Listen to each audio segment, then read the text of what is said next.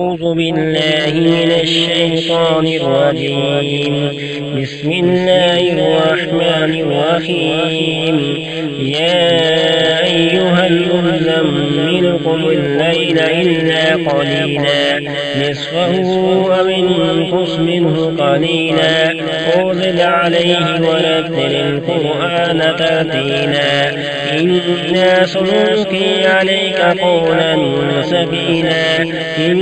ناشئة الليل هي أشد وطئا وأقوم قيلا إن لك في النهار سبحا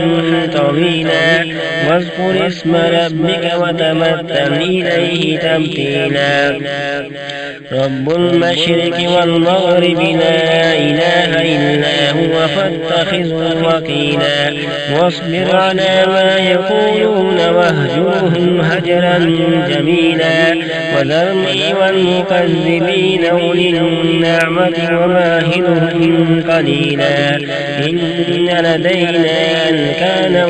وجحيما وطعاما ذا غصة وعذابا عليما يوم ترجف الأرض والجبال وكانت الجبال كثيبا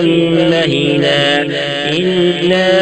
أرسلنا إليكم رسولا شاهدا عليكم كما أرسلنا إلى فرعون رسولا فعصى فرعون الرسول فأخذناه أخذا وبيلا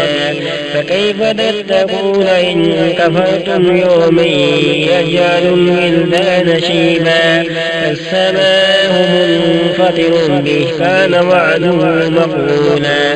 إن هذه تذكرة فمن شاء اتخذ إلى ربه سبيلا إن ربك يعلم أنك تقوم أدنى من ثلثي الليل ونصفا وثلثا وطائفة من الذين معك والله يقدر الليل والنهار علم أن لن تحصوا وتاب عليكم فاقرؤوا ما تيسر من القرآن علم أن سيكون منكم مرضى وآخرون يضربون في الأرض يبتغون من فضل الله وآخرون يقاتلون في سبيل الله فاقرؤوا ما تيسر منه وأقيموا الصلاة وآتوا الزكاة وأقرضوا الله قرضا حسنا وما تقدموا لأنفسكم من خير تجدوه عند الله خير وأعظم أجرا واستغفروا الله إن الله غفور